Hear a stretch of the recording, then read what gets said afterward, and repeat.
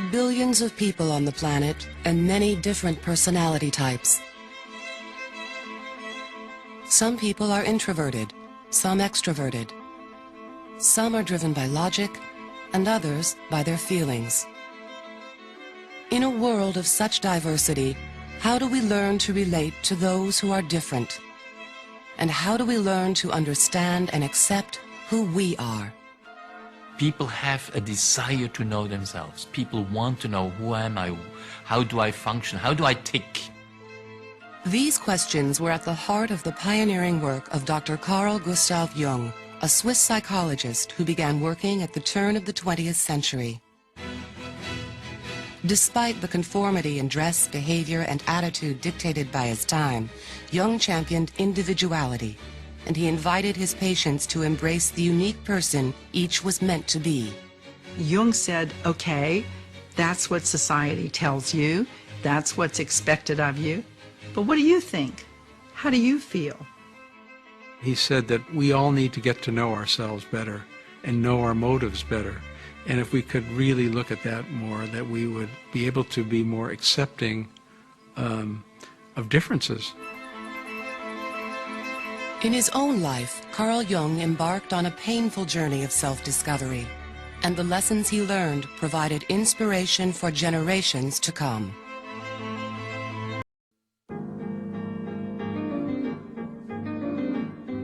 In 1909, at the age of only 34, Carl Jung had succeeded in creating the life he'd always imagined. Born the son of a poor country minister, Jung married the wealthy Emma Rauschenbach. Together, they built an idyllic home and family. Jung had worked his way through medical school and had become a world-renowned psychologist in Zurich. And as the chosen heir apparent of pioneering psychoanalyst Sigmund Freud, Jung was at the center of a revolution taking place in the world of psychology. That revolution was based on Freud's radical concept of the unconscious. At a time when Victorian society prided itself on being highly rational and civilized, Freud argued that people were really driven by repressed urges they weren't even aware of.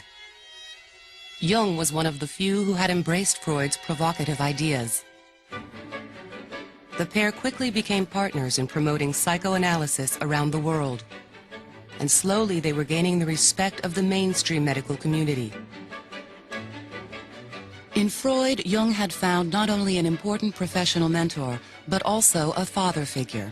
His own father died when he was just 20.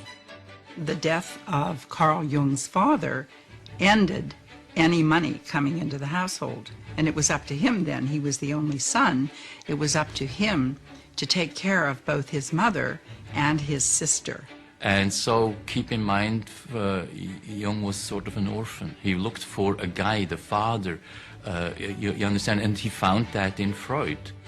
Jung's future seemed secure, but there was just one problem. Jung had nagging doubts about some of his mentor's theories. For Jung, Freud was too close, too narrow. Jung was very open.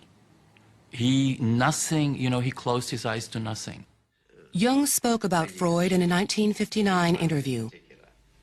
I liked him very much, but I soon discovered that when he had thought something, then it was settled, while I was doubting all along the line. Freud's theories on the sex drive were particularly troubling to Jung. While Freud believed that sexual urges were the sole driving force behind human behavior, Jung believed that we are influenced by many other factors, like religious beliefs, the need for approval, and the drive for power. Freud said, in effect, no, it's sex or nothing. And Jung said, I can't accept this theory wholeheartedly. And this is really what caused the rupture between them. Things came to a head in 1913 when Jung published a book which directly contradicted Freud's theories. Unwilling to tolerate dissension in his ranks, Freud cut all ties to his former protege. Jung's mentor now became his most outspoken critic. Carl Jung was ostracized from the psychoanalytic movement he'd helped to establish. It was a big blow to Jung. He went through a period of disorientation, and a period where he wasn't really sure whether he had lost his sanity or not.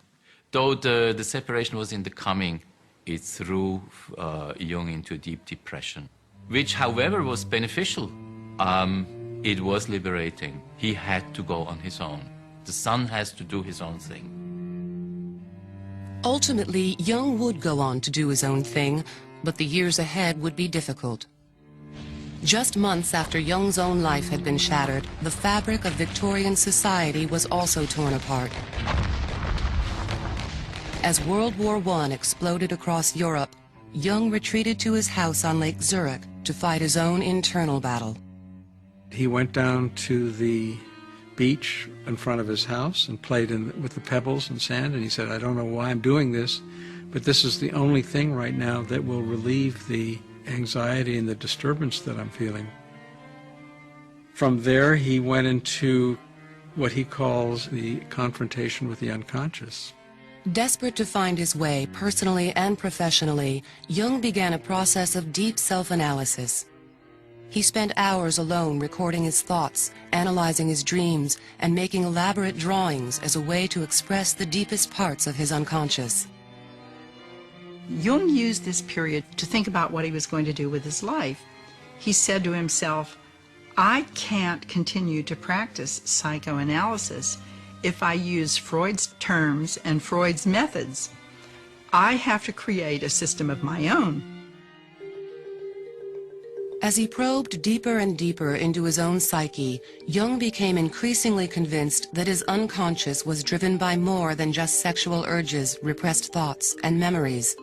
There was another influential force that Freud had overlooked: the history of civilization. Jung had studied many of the world's cultures and religions, and he observed that even the most dissimilar share common ideas and behavior patterns.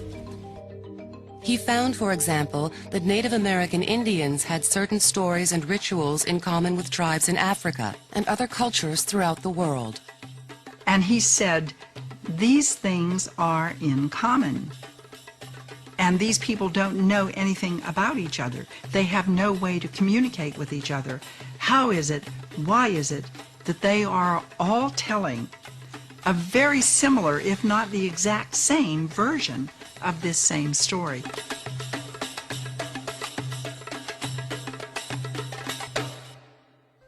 Jung concluded that the unconscious is influenced not only by our own experiences, but by the collective experiences of all people. These common ideas are passed down through history, religion, and culture. He called this wealth of inherited knowledge the collective unconscious. It is this collective unconscious that leads human beings around the world to adopt similar behavior patterns without even realizing it.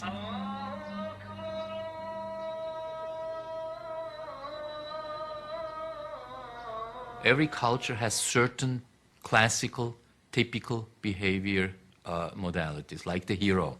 You can go from east to west, north to south. You can recognize a hero. You can recognize a soldier. You can recognize a healer. Or the father as the great good figure who dispenses all knowledge and all wisdom. An unforgiving, disapproving mother. These are universal behavior patterns. They just appear in different clothing at different times. These behavior patterns, or archetypes as Jung called them, help us quickly and comfortably size up other people. I'm Luke Skywalker. I'm here to rescue you. Even at the movies, once we've identified someone as an archetypical hero, we can better predict his behavior. When we see a movie like Star Wars, we're already right there. There's that immediate connection with the various characters in the movie.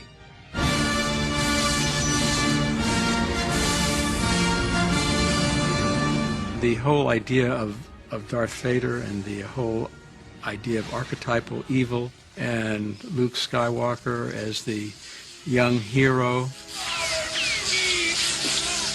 these are mythological themes. That's what attracts us to going to movies.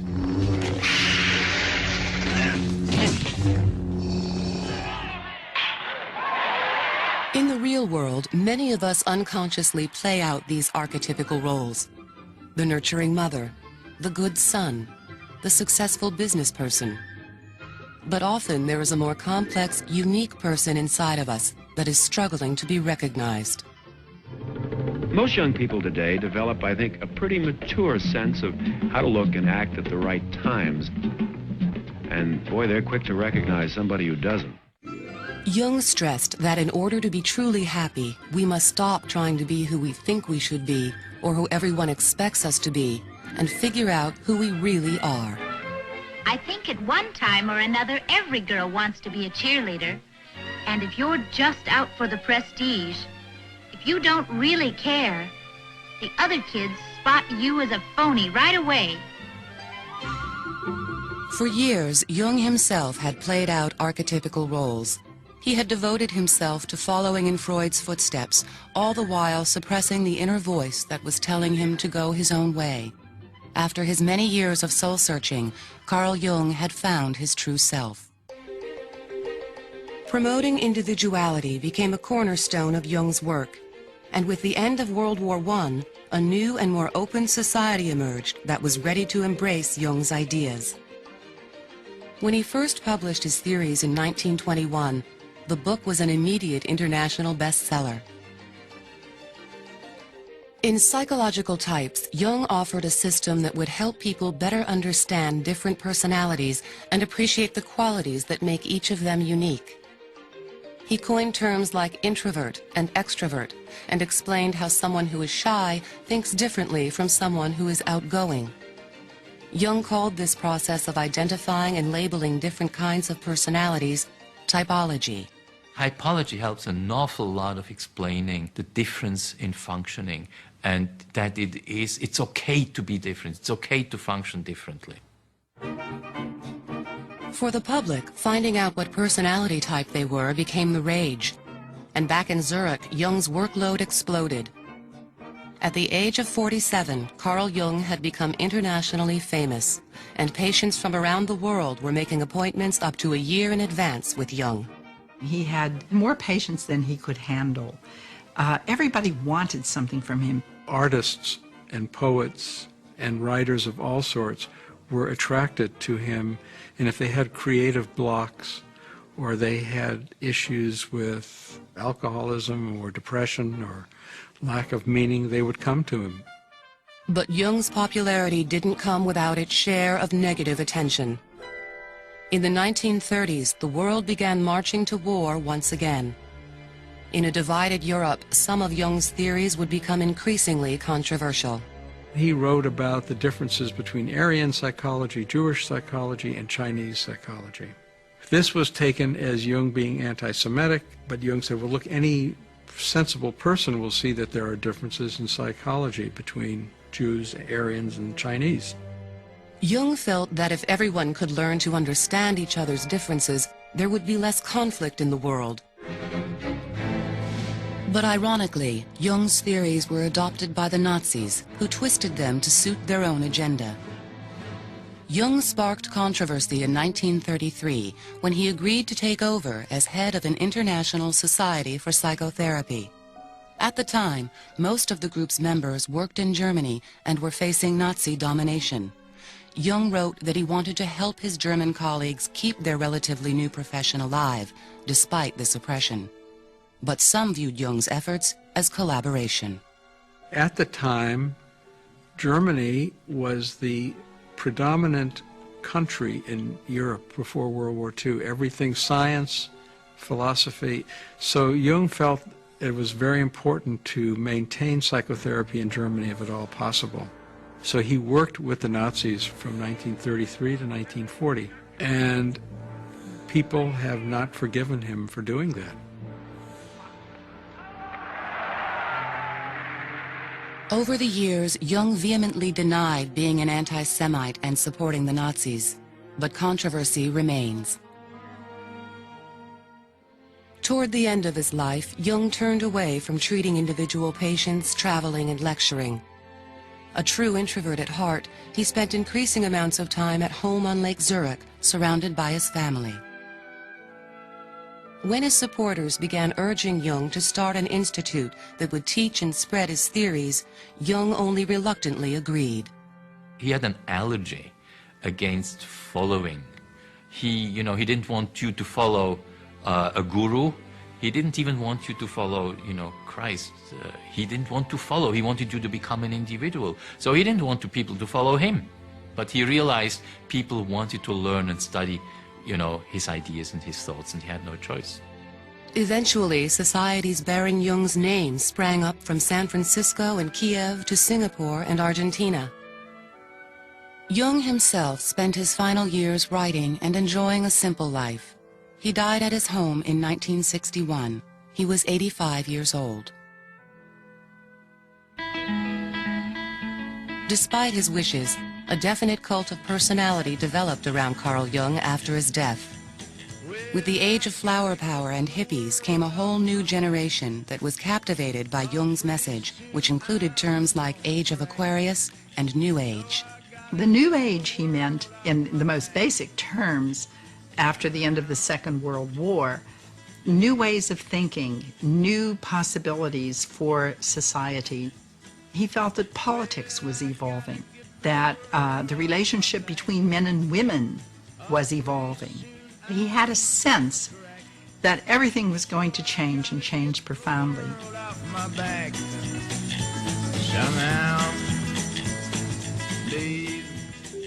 More recently, Jung's original work with personality types led to perhaps his most enduring and practical legacy, the Myers-Briggs test.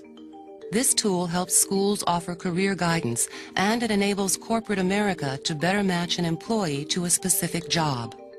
It took American pragmatism to basically put his theory into a test, the Myers-Briggs typology test.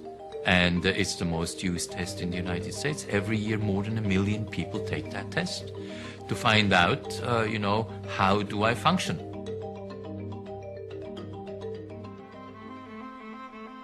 Carl Jung was ahead of his time in many ways. Today, decades after his death, his once revolutionary theories are now part of the fabric of our culture. Jung has maintained and increased his popularity because he speaks to the kinds of issues in terms of meaning, in terms of spirituality that people are looking for. We are a society that values the individual more readily than ever before, and terms like introvert and extrovert are a part of everyone's vocabulary. In this way, Carl Jung himself has become part of our collective unconscious.